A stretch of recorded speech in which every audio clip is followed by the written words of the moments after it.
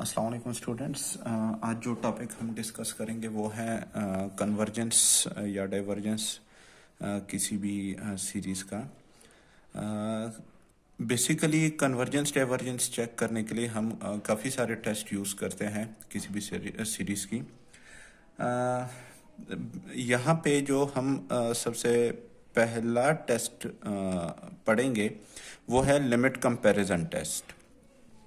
Limit comparison test basically है क्या कि आप कोई भी दो सीरीज कंसिडर कर लें, ए एन और बी एन, ठीक है।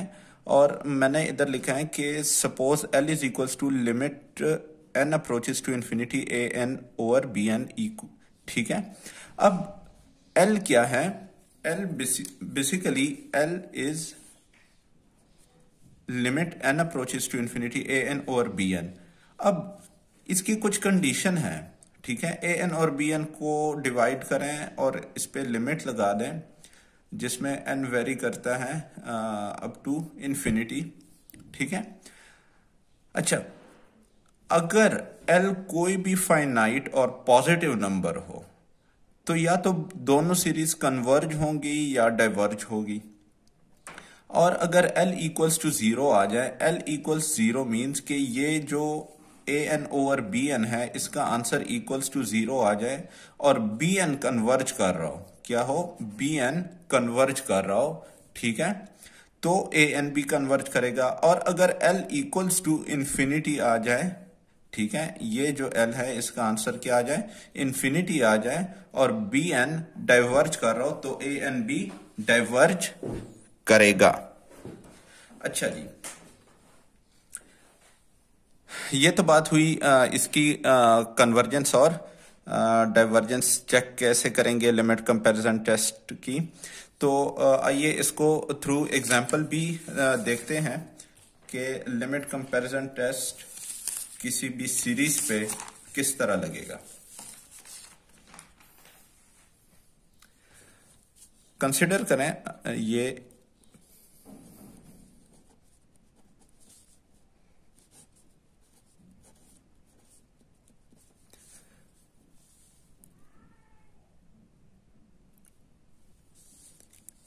एक सीरीज कंसिडर करें n equals to 1 to infinity और n power 4 divided by n power 6 plus 9।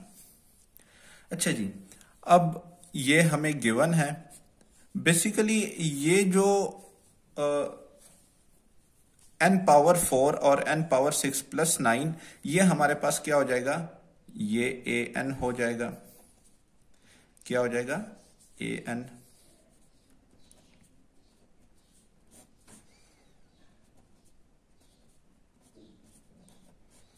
ठीक है। अच्छा, बी एन अब हमने इसी से निकालना है चूंकि काफी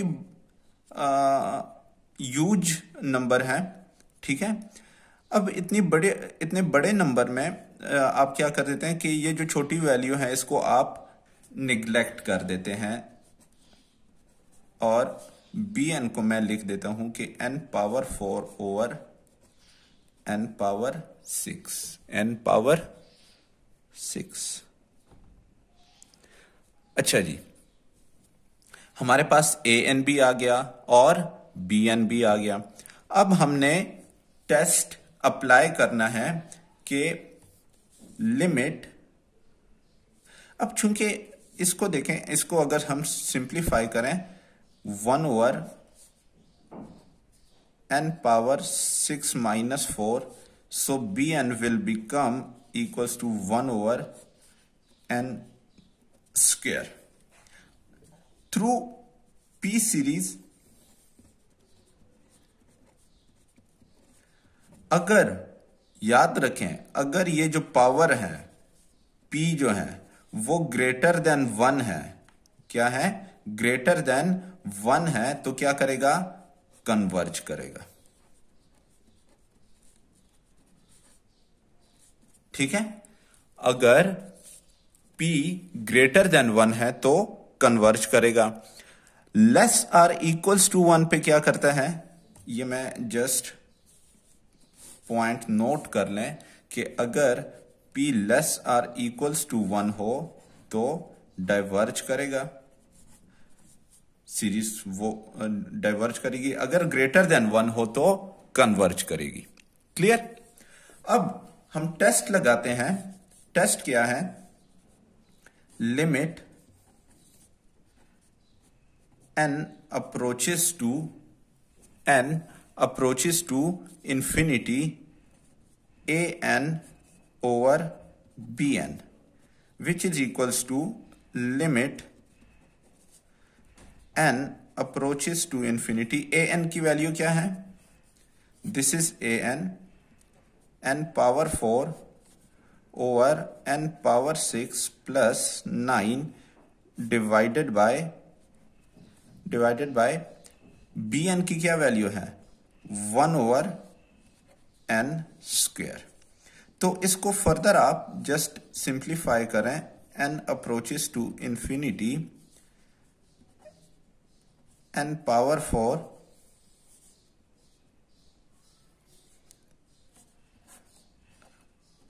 n plus 6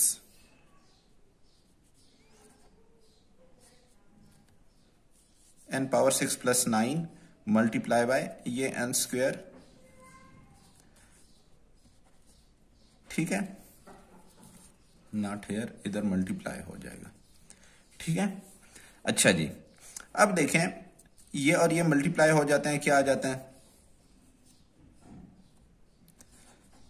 limit n approaches to infinity n power 6, नीचे से n पावर 6 कॉमन ले लें ये वाला, तो क्या आ जाएगा? 1 प्लस 9 ओवर n पावर 6। ठीक है, अब ये पॉइंट याद रखें,